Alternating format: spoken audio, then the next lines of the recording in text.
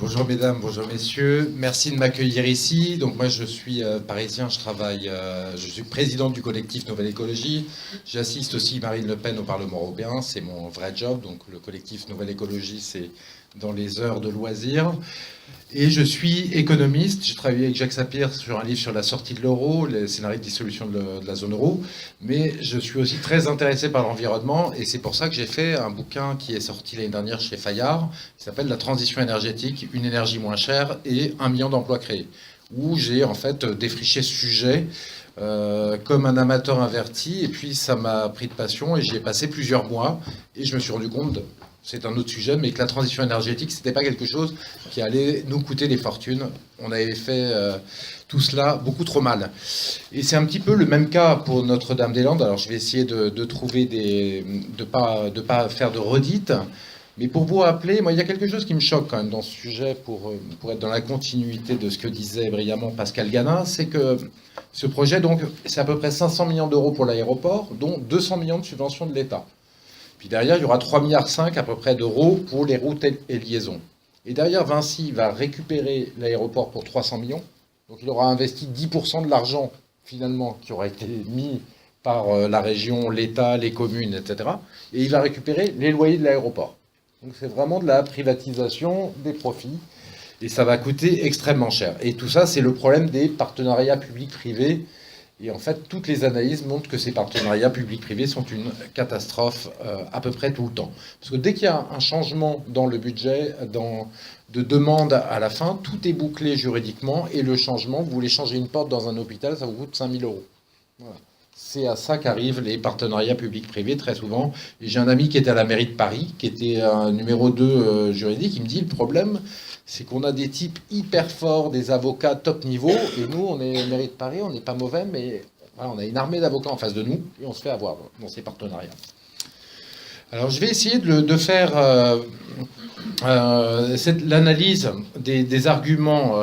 Donc j'ai présenté une partie économique et une partie environnementale. Les deux, de toute manière, sont à prendre en compte dans le sujet. Donc je vais essayer de présenter les arguments de Notre-Dame-des-Landes, donc tels qu'ils nous ont été présentés, et comme j'ai travaillé ce dossier d'ailleurs, et de voir s'ils sont pertinents ou pas. Donc le premier, c'est que cet aéroport est saturé. Donc l'aéroport actuel de Notre-Dame-Atlantique va être très bientôt saturé. Il a à peu près 4 millions de passagers. Il en aurait 9 millions en 2050, donc c'est quand même dans 35 ans, avec une croissance de 7% par an en moyenne. Et il a une seule piste. Donc on nous a dit qu'il a été saturé, alors ce qui est très étonnant. Et alors je vous enjoins à prendre aussi ce très bon petit document à la sortie qui a été fait par une association, travail très très bien fait, qui explique notamment ce genre de choses. Et en fait, il y a quand même des aéroports comme l'aéroport de Stuttgart où il y a 10 millions de personnes qui sont transportées. Genève, 14 millions de personnes transportées, effectivement coincées entre le lac Léman. Vous atterrissez entre le lac Léman et les Alpes, donc c'est quand même très complexe avec un climat qui bouge beaucoup. Et ça tourne avec une seule piste. Et San Diego avec 17 millions. Donc on voit que quand on a des instruments, des équipements de navigation de bonne qualité, donc une rénovation qui coûterait quelques dizaines de millions d'euros, on peut faire beaucoup, on peut avoir très facilement 10 ou 15 millions de passagers sur un aéroport avec une seule piste. En plus de ça, une deuxième piste peut être construite au surplus qui serait perpendiculaire à la première piste. Il y a des documents, des photos sur Internet qui montrent l'emprise d'une deuxième piste, qui serait une piste est-ouest, et qui permettrait de résoudre aussi les problèmes de bruit et les problèmes de survol de Nantes, bien qu'il y ait d'autres voies pour le survol de Nantes. Donc on voit que ce premier argument n'est pas du tout logique. Alors, comme le premier argument ne marchait pas trop bien, on en a sorti un deuxième qui était dangereux. Car effectivement, parfois, les avions survolent la ville. Alors, l'association des contrôleurs aériens dit que l'aéroport est potentiellement dangereux, et une association de pilotes dit, lui, que non, la sécurité est bonne et qu'il n'y a pas de souci. En fait, il est potentiellement dangereux à l'heure actuelle, peut-être parce qu'aussi les équipements de navigation ne sont pas suffisants. Les routes pourraient être changées, on pourrait survoler, comme le montre le document ici, un peu plus haut la ville, pour le rendre totalement sûr. De toute manière, c'était effectivement considéré comme un des meilleurs aéroports d'Europe en 2011, voire le meilleur. Autre chose, le bruit. Effectivement, il y a un problème de bruit, mais les avions font de moins en moins de bruit. On a une réduction forte du bruit au cours du temps. Et puis c'est vrai qu'il y a un vrai problème, c'est que l'aéroport a 50 ans et que les gens s'installent autour de l'aéroport en connaissance de cause, et que ça fait forcément du bruit, mais c'est des inconvénients qu'ils avaient. Après, il faudra résoudre ce problème au maximum. La piste Est-Ouest peut être un sujet. Donc l'argument est quand même un peu fallacieux. Quatrième argument, c'est l'aménagement du territoire, c'est énorme. En fait, ils nous disent que l'aéroport permettra de construire les 3,5 milliards de routes et de liaisons ferroviaires. Mais en fait, les routes et des liaisons ferroviaires pour désenclaver la Bretagne du Sud, pour que la Bretagne du Sud soit mieux reliée à Nantes. En fait, on peut très bien construire des routes, d'ailleurs sans doute pour un coût plus faible, ou des liaisons ferroviaires, ça sera l'intervention de M. Fouad, pour un prix sans avoir d'aéroport. On n'a pas besoin d'avoir l'aéroport pour les construire. Donc cet argument est totalement faux. Donc on voit que tous les arguments des pros Notre-Dame-des-Landes ne tiennent pas debout. Et c'est vrai que ça pose la question de quels sont les intérêts qui ont fait que les intérêts privés qui ont fait que cet aéroport s'est construit en termes de saturation, de sécurité, d'aménagement du territoire et de bruit. Effectivement, il y a aussi peut-être la volonté de certains politiques de se construire une pyramide, comme vous aviez dit, Monsieur Gana. Je croyais que c'était bien vu, une pyramide à leur gloire. Oui. Il y a un autre argument, un cinquième argument, c'est le désenclavement, effectivement, au niveau économique. C'est ça qu'ils mettent en avant. Le désenclavement économique de quelle région ? De la région Pays de Loire. C'est les emplois, c'est moins. Les défenseurs de l'aéroport parlent de c'est vrai que vous avez raison. Il y a la théorie des 3000 emplois. Je le trouve en tant qu'économiste ridicule, parce que c'est vrai que effectivement, on va bétonner pendant la période de bétonnage, on va créer 3000 emplois. Mais ça va être une période courte, la période, et puis après, il y aura besoin de pas plus d'emplois avant dans le nouvel aéroport qu'après dans l'aéroport Loire-Atlantique. Donc cet argument est fallacieux. C'est pas de ces emplois-là dont il parle. Il parle effectivement des emplois qui sont induits d'entreprises qui vont s'installer parce qu'il y a un... Alors, oui, mais enfin, les entreprises vont se désinstaller de l'autre aéroport, donc c'est pas très logique. Et donc ces emplois sont provisoires, et d'autant plus qu'en fait, il risque d'y avoir beaucoup de travailleurs détachés qui viennent travailler, comme on l'a vu au terminal de Dunkerque, où plus de la moitié des personnes embauchées étaient des travailleurs détachés. Et de toute manière, c'est pour une durée très courte. Et puis, on ne va pas commencer à bétonner la France pour créer des emplois, pour couler le béton, quoi. Il faut que le projet ait une cohérence, quoi. C'est pas moi qui le dis, c'est les non, mais vous... l'aéroport c'est l'argument principal. Moi, quand j'essaye de défendre, effectivement, la position que j'ai, qui est identique à celle du parti que j'affectionne, c'est le principal argument que j'ai en face de moi. C'est l'argument économique, l'argument des emplois qui sont induits, des emplois indirects induits par l'aéroport. Voilà. Mais il faut, alors, l'argent, ce qu'on peut dire comme contre-argument, c'est que ces centaines de millions d'euros qui vont être dépensés pour être dépensés autre part pour créer de l'emploi.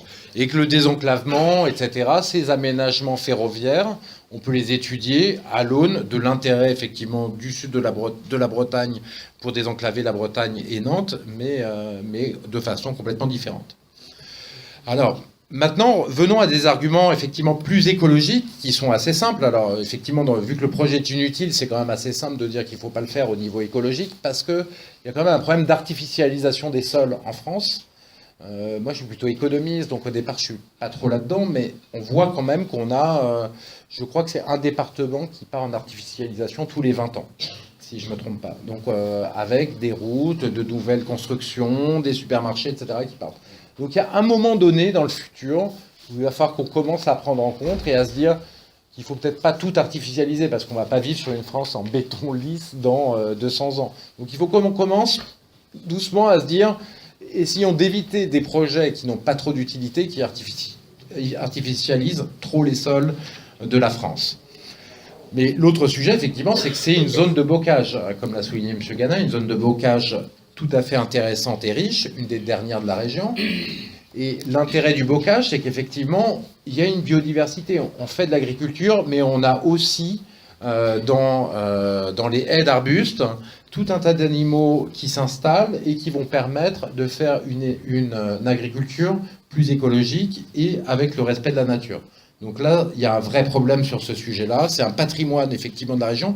Et le pire, c'est qu'on va détruire ça au moment où tous les gens qui travaillent sur l'agriculture commencent à se poser la question, on a fait des parcelles beaucoup trop grandes, il faut revenir à des haies. Donc le projet est complètement à contre-pied des tendances à venir, qui sont intéressantes. Notre-Dame-des-Landes, c'est aussi détruire à l'intérieur une zone humide riche. Donc on voit qu'écologiquement, C'est un vrai problème vu que économiquement, l'aéroport le projet ne tient pas debout et n'a pas d'utilité pour la ville de Nantes. On voit qu'il faut surtout pas le faire, parce qu'après, il y a le problème des deniers publics. Mais Notre-Dame-des-Landes est non seulement inutile, mais il est stupide. Moi, c'est un argument que j'ai peu vu, mais que j'ai fini par trouver en cherchant, et puis sur Internet, etc., quand je faisais mes recherches sur Notre-Dame-des-Landes. Mais c'est qu'il y a ce problème, c'est que l'usine Airbus de 2000 salariés, donc qui est près de la piste de Notre-Dame-des-Landes, de Nantes Atlantique, utilise l'aéroport, puisqu'il y a des belugas qui se posent pour amener des pièces. Vous savez qu'Airbus, c'est quand même une entreprise compliquée, où les pièces circulent un peu partout en Europe, qui amènent des pièces et qui les renvoient ensuite. Et en fait, cette usine Airbus a absolument besoin de l'aéroport, de la piste de Nantes Atlantique. Les études, tout ce qui est sorti dans la presse, parce qu'il n'y a que ça auquel j'ai pu avoir accès, et les directeurs d'Airbus de cette usine disaient qu'ils n'avaient pas de moyen de faire autrement que par l'aéroport avec des très gros porteurs. C'était le moyen de loin le moins cher. Et donc, en fait, Notre-Dame-des-Landes va faire... on aura 2 aéroports à Nantes. On aura l'ancien aéroport Nantes-Atlantique pour l'usine Airbus, ou alors ça sera l'usine Airbus qui déménagera. En l'état actuel des connaissances, c'est tout ce qui est ressorti sur le sujet. Et il faudra aussi Notre-Dame-des-Landes. Donc c'est complètement stupide. À ce point de vue-là, on aura besoin de 2 aéroports à Nantes au lieu d'un. Ça va coûter cher en budget, ça va coûter cher en frais de fonctionnement. C'est donc absolument révoltant et c'est mauvais pour l'écologie. Donc on voit que c'est une aberration économique, une aberration écologique, et qui sont effectivement le symbole de politiques du passé ou qui sont complètement contraires à l'intérêt général.